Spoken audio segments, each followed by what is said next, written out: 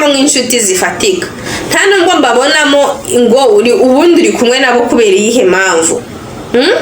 Abantu mufite inshuti nyinshi ariko ugasanga mu bibazo muri kwirwanaho, mu bibagoye muri kwirwanaho, mu dusangizo muri komenti, ubundi izo nshuti muba muzitungamo ibiki, ubuzifitemo ibiki?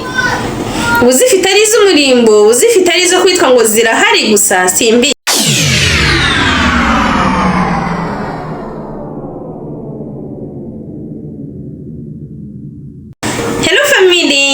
Ndabasuhuje aho muherereye hose, abari mu Rwanda, abari Mozambique n'ahandi hose ntabashije kurondora, mwese ndabasuhuje. Nizere ko rero mukomeje kumererwa neza. Harimo abatamiriwe neza, mbifurije kumererwa neza, waba urwaye Imana igukize, n'ibindi bihe waba uri kunyuramo byose ukaba udukurikira hano, nukuri mwifurije kumererwa neza, Imana ikorohereze, Imana ikube hafi. Abameze neza namwe mbifurije gukomeza kumererwa neza, mbese Imana ibabe hafi, mukomeze kumererwa neza. Abagize hano bwa mbere rero mbahaye ikaze, namwe dusanganwe mwese mbahaye ikaze. Hano ni ku nama za Queen 31, ngewe nitwa Queen. Tubana hano mu biganiro bigiye bitandukanye, inama zubaka umuryango, ijambo ry'Imana, ubuhamya, byose binyuraho hano. Niba ugeze hano bwa mbere rero nagusaba gutera agatebe tukabana kugira ngo utaza kugira ibyo ucikwa muri iyi video. Uyu munsi rero ngiye kubaganiriza ku kantu naje kubona, naje gukunda kukabona mu bantu bagiye batandukanye. Hari abantu babaho bafite inshuti, ugasanga ufite inshuti nyinshi cyane kandi ukumva birakunyuze, biragushimishije. Kuba ufite inshuti 200 ukumva ibyo cyonyine kirakunyuze, ntiwite ngo isizi ni inshuti z'umumaro, isizi ni inshuti zinkunda by'ukuri, ese aba ni abantu b'umumaro. Ibyo mbese ukaba utabyitayeho, ahubwo wowe ukaba icyo witayeho ari ukuba uzi ngo mfite abantu benshi mu buzima, icyo cyonyine ukumva kiraguhagije. Hari n'abandi rero usanga bafite abantu bake, ugasanga afite nk'abantu nka 5 ariko akaba azi ngo abo bantu ni abantu b'agaciro, akaba azi ngo abo bantu ni abantu, mbese ni abantu b'imbere, b'abantu b'umumaro. Ariko namwe muze kumbwira aho muri comment, ubundi ari ukubaho ufite abantu nk'igihumbi ukabuzi ngo bano bantu barahari, ariko nyamara wagera mu kibazo ugasanga nta muntu n'umwe wapfa kubona, cyangwa se muri aba igihumbi ugasanga ubonyemo nka 3. Noneho hakaba hari na wundi ufite abantu 5 ariko bakabazi ngo abo bantu 5 ni abantu b'umumaro atabishidikanyaho. Ubundi wowe wumva ikiza ari ikihe? Wumva ari uko ufite abo benshi ariko wagira nk'ikibazo ugasanga ubonyemo nka 2, wumva ari uko ufite nka 2 ariko ukabuze ngo abandi bafite bonyine ariko aba n'ab'ingenzi. Mwumva ikiza mwe bwari ikihe? Muze kunsangiza ibitekerezo byanyu aho muri comment. Ngewe rero ku ruhande rwanjye numva ngewe baba ari abo 2 cyangwa se abo 3 ariko bakaba ari abantu b'ingenzi kuri wowe, numva ari byo byiza. Ariko ntabwo bivuze ngo abantu twese tubyumve kimwe, buri muntu wese yumva ibintu ukuntu gutandukanye, buri wese yumva ibintu ukwe. Hari igihe rero uba ufite nabo bantu 1000 mu by'ukuri atari uko wishimiye kuba ubafite, utazi ngo aba bantu ni abantu b'umumaro, ni abantu bankunda, ahubwo wowe utazi kubitandukanya ngo umenye ngo aba bantu ni benshi ariko sinzi gutandukanya niba bankunda, sinzi gutandukanya niba ari abantu b'umumaro, sinzi gutandukanya niba ari abantu mbese b'ingenzi. Ukaba ubafite gusa ariko ukaba utamenya ngo aba ni ab'umumaro, aba ni ab'ingenzi. Niyo mpamvu rero uyu munsi naguteguriye ibintu bishobora kukwereka niba abantu uri kumwe nabo ari abantu b'ingenzi ku buzima bwawe, niba ari abantu bagukunda, kugira ngo noneho uze kubasha gutandukanya, umenye ngo ndaguma kuri aba 5 ariko ari abantu b'ingenzi mu buzima bwanjye. Tera agatebe rero tubane muri iyi video kugeza ku musozo kugira ngo utaza kugira akantu na kamwe ucikanwa. Niba uri kumwe rero n'abantu baguhamagara cyangwa se bakakwibuka mu gihe bagukeneyeho ubufasha gusa, abo bantu ntibagukunda. Hari igihe uba ufite abantu benshi cyane ariko ugasanga buri muntu wese aguhamagara ari uko agukeneyeho ubufasha runaka, ugasanga nibwo yibuka kuguhamagara. ugasanga niwe yibuka ko afite nimero yawe cyangwa se kukwandikira mu gihe agukeneyeho ubufasha gusa. Ugasanga nta munsi n'umwe yari yaguhamagara kubaza ko famiye imeze, mbese akubaza wowe uko umeze, ahubwo aguhamagara ahita akubwira ibyo agukeneyeho gusa. Niba ari ubufasha agukeneyeho ugasanga araguhamagara ari icyo ngicyo akubwira. Uwo muntu ntabwo aba agukunda. Abantu bameze gutyo ntabwo baba bagukunda, nta rukundo rundi baba bagufitiye. Niba uri kumwe n'abantu batishimira intambwe uteye, watera intambwe ugasanga ntabwo bibashimishije, ugasanga ahubwo noneho niba yajyaga ne kwibuka kukubaza sumiza ute, noneho ukahita ubona birashize. Abo bantu ntabwo baba bagukunda. Umuntu ugukunda yakwishimira intambwe nzimuteye, yakwishimira ko uvuye hamwe ukawugeza ahandi.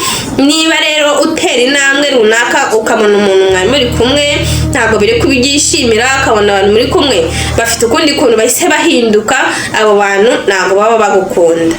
Abantu muri kumwe niba batubaha igihe cyawe, ngo yubahe igihe cyawe, amenye ngo niba agukeneye ntakubone ntabwo bigomba kumurakaza, agomba kubifata nk'ibintu bisanzwe.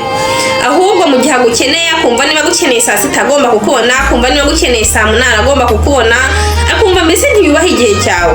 Buri saha yose agukeneye akumva yuko agomba kukubona, noneho yakubura ugasanga ararakaye. Abo bantu ntabwo baba bagukunze. Niba mu nshuti zawe harimo abantu bameze gutyo, ujye umenya yuko ari inshuti ziri aho, atari uko bagukunda, ahubwo ugomba kumenya nawe uko ugomba kubitwaraho. Abantu bagukunda bubaha igihe cyawe. Abantu bagukunda ntabwo barakazwa nuko aguhamagaye ngo mperekeza hano hantu, ubundi numubwira ati nyamara hari ibyo ngiye gukora ngo bite bimurakaza. Abo bantu ntabwo baba bagukunze. Niba uri kumwe n'abantu bahora bagaye ibyo ukora, ugasanga buri kimwe cyose ukoze barakigaye, buri kimwe cyose ukoze barakigaye, buri kimwe cyose ukoze barakigaye, abo bantu ntabwo baba bagukunda, kuko ntabwo waba uri gukora ibintu bibi gusa nta kintu cyiza bari kubona ukora. Ugasanga niyo ugenze gutya ati hoya, niyo ugenze gutya, mbese byose babibona yuko atari ibintu byiza. Abo bantu nabo ntabwo baba bagukunda. Niba uri kumwe n'abantu batabasha kugushyigikira mu ntego zawe, umuntu ugukunda yakagushyigikiye, umuntu ugukunda yakagushyigikiye mu ntego zawe, apana kuguca intege ngo akubwire ngo ibi bintu ntabwo biva. Muri kumwe n'abantu umarana nabo igihe, muri kwishima, muri mu byiza, ariko mu gihe ugeze mu bibazo ukisanga uri wenyine, abo bantu ntabwo baba bagukunda. Abantu muri kumwe bagakwiye kubana mu byiza, ukamenya ko bari bubane mu bibagoye, bakamenya ko bari bubane mu bikomeye, bakamenya ko bari bubane mu bitoroshye. Niba uri kumwe n'abantu rero wisanga muri mu birori ugasanga muri kumwe, wageraho uri mu bibazo bitakoroheye ugasanga uri wenyine, abo bantu nushaka usibe na nimero zabo, kuko njye nta kamaro kandi kabo mbona. Abantu bagukunda mubana mu byiza, mukabana mu bigoye bitaboroheye, mukabana muri byose. Hari abantu usanga nukuri bafite inshuti nyinshi, ibi bintu bibaho, ugasanga ufite inshuti nyinshi cyane, ariko mu gihe warwaye ukabura n'uwakugeraho. Ugasanga ufite inshuti nyinshi zitabarika, ariko ugasanga bagusohora no mu nzu, bakagusohora mu nzu ukajya kurara ku muhanda kandi ufite inshuti zitabarika, kandi atari uko zitabuze n'ubushobozi, atari uko zibuze ubushobozi, ariko ugasanga bagusohora no mu nzu pe, ukagenda kandi zihari. Ugasanga warwara ukabura n'uwakugemurira kwa muganga, kandi izo nshuti zose uzihari. Ugasanga mu bibazo byose ubinyuramo wenyine, ugasanga ubuze umuntu wakwitabaza. Hari n'igihe ushobora kumubona pe, ukabona uwo witabaza, ariko ugasanga ntacyo agufashije muri iki kibazo ufite. Abantu rero mwabo ntabwo mbabonamo nk'inshuti zifatika, nta nubwo mbabonamo ngo ubundi uri kumwe nabo kubera iyihe mpamvu. Abantu mufite inshuti nyinshi, ariko ugasanga mu bibazo muri kwirwanaho, mu bibagoye muri kwirwanaho, mudusangiza muri komenti, ubundi izo nshuti muba muzitungamo ibiki, uzifitemo ibiki. uzifite ari iz'umurimbo, uzifite ari izo kwitwa ngo zirahari gusa simbizi. Gusa hari abantu usanga bimereye gutyo rwose, ugasanga ufite inshuti nyinshi ariko ugasanga nta nshuti y'umumaro irimo, nta nshuti yagutabara mu kibazo urimo. Icyo nababwira rero ni uko twajya duhitamo inshuti za zindi z'umumaro, nubwo zaba ebyiri cyangwa ikaba imwe, ariko ukaba uzi neza ngo iyi ni inshuti y'umumaro. Hari igihe ngewe urugero nabaha, nigeze ngira inshuti niba byari 5,000 kuri Facebook, ariko ubwo ndibaza se ubundi aba bantu sinziranye nabo, nibaza mbese ikintu mbana nabo kuri Facebook ndakibura, mpitamo gufungura Facebook nshyashya. Inshuti zanjye rero ikintu nabakangurira ni ukugira inshuti z'umumaro, inshuti za zindi uri bubane nazo mu byiza ukabana nazo mu bibi, atari ukubana nazo mu byiza gusa, atari za zindi uzabura aho ufite muri telefone yawe nimero nk'igihumbi ariko mu gihe ugize ikibazo ukabura wahamagara. Izo nshuti ngiye mbona nta kamaro kazo. Nabifuriza kugira inshuti nziza z'umumaro, inshuti nziza mufatanya mukaba mu bibi mukabana mu bibi mukabana no mu byiza. Imana rero iduha inshuti nziza z'umumaro, Imana ibaha inshuti nziza z'umumaro. Mwakoze rero kubana nanjye muri iyi video, nagusaba kugira ngo ukoreshe ya kugira ngo ibashe kugera kuri benshi babashe guhitamo inshuti z'umumaro. Ntiwibagirwe gukora subscribe kugira ngo tujye dukomeza kubana no mu zindi video zigiye zitandukanye. Imana ikomeze ibamere umugisha.